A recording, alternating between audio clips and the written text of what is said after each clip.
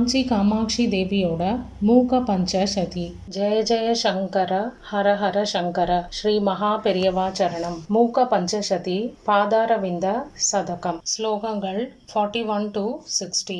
41 முதல் 60 வரை. பிரச்சண்டார்த்திக்ஷோபா பிரமதன கிருதே பிராதிபரசித் பிரவாஹ ப்ரோதண்டி கரணஜலதாய प्रणमताम् प्रतीपाय प्रौढे भवतमसि कामाक्षि चरण प्रसादोन्मुख्याय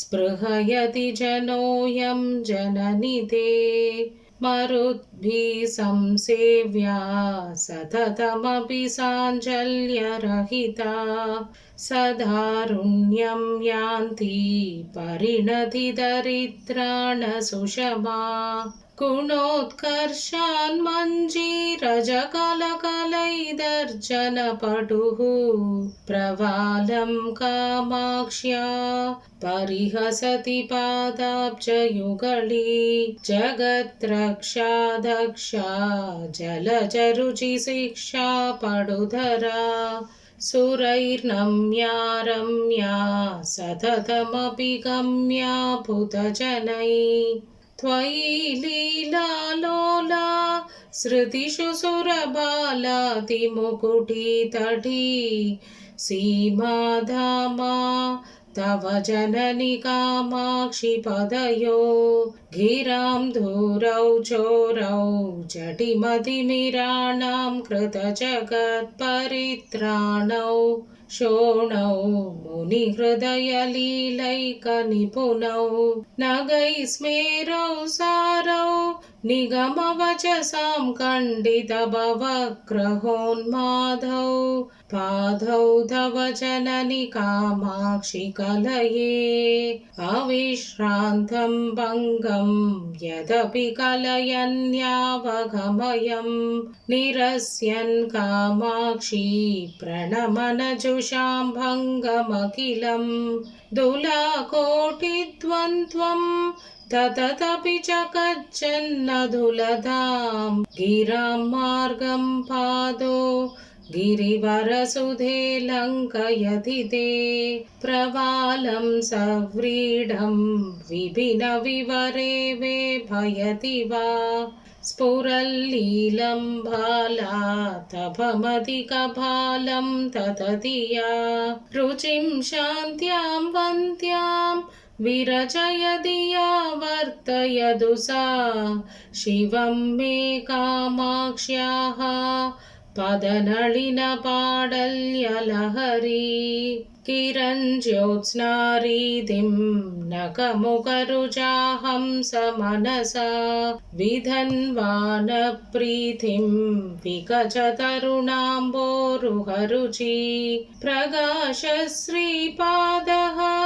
तव जननि कामाक्षि धनुते शरत्कालप्रौढिं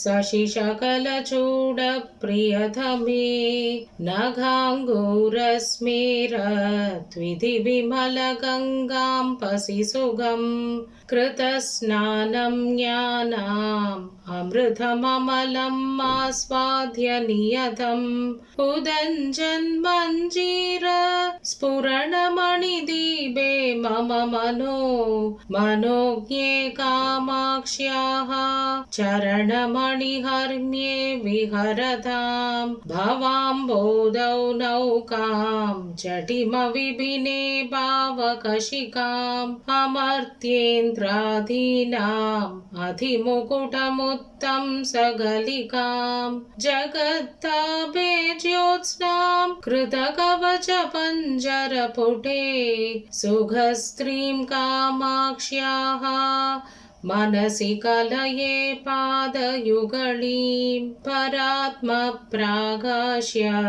प्रतिफलं सुञ्जु प्रणमतां मनोज्ञत्वत्पादो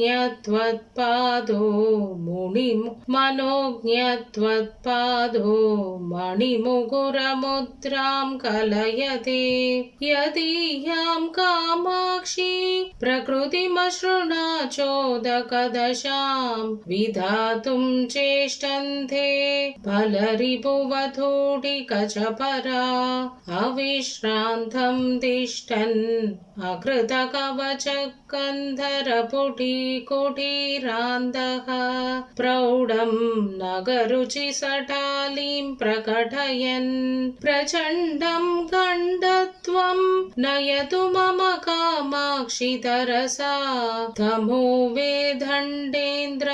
धवचरणकण्ठीरवपति पुरस्तात् कामाक्षी प्रचुररसमाखण्डलपुरी पुरेन्द्रीणां लास्यं तव ललितमालोक्य शनकैः नगश्रीभिस्मेरा बहुवितनुतेऽनुपुररवैः समत्कृत्याशङ्गे चरणयुगली चाढुरचना सरोजं निन्दन्ति नगकिरणकर्पूरशिशिरा निषिक्ता मारारे मुकुटसशिरे काहिमजलै स्फुरन्ति कामाक्षी स्फुटरुचिमये पल्लवचये तवाधत्ते मैत्रीं पदिकसुदृशा पादयुगली नदानां सम्पत्ते अनवरदमाकर्षणजपः प्ररोहत् संसार प्रसरकरिमस्तम्भनजपः त्वदीय कामाक्षी स्मरहर मनोमोहनजप पठीयानपायात् पदनलिनमञ्जीरनिनतः विदन्विधानाते मम शिरसि कामाक्षि कृपया पदाम्बोजन्यासं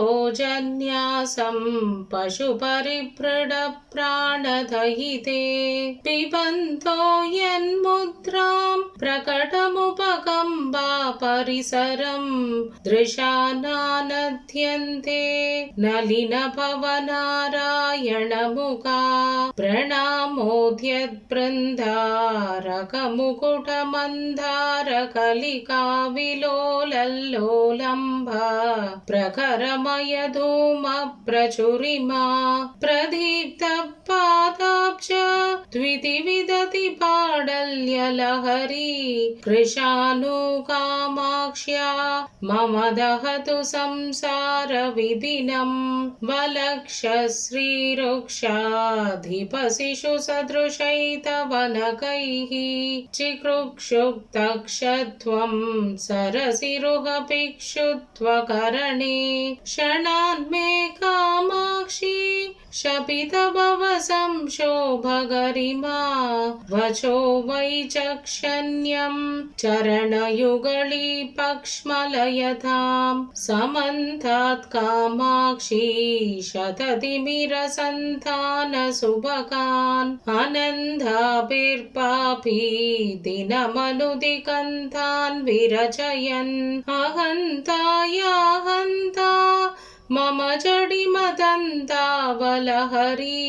विभिन्तां सन्तापं तव चरणचिन्तामणिरसौ तथा नो भास्वत्ताम् अमृतनिलयो लोहितवपुः विनम्राणां सौम्यो गुरुरपि कवित्वं च कलयन् गतौ मन्थो गङ्गाधरमहिषि कामाक्षि भजतां तमक्के दुर्पादत्तव चरणपद्मो विजयते नयन्तीं दासत्वं नलिनभवमुख्यानसुलभ प्रधानादीनानाम् अमरतरुदौर्भाग्यजननीं जगज्जन्मक्षेम क्षयविदिषु कामाक्षि पदयोः धुरीणामीष्टेकस्तव பணிதுமாஹோ புருஷிகாம். காஞ்சி காமாட்சி தேவியோட மூக பஞ்சசதி.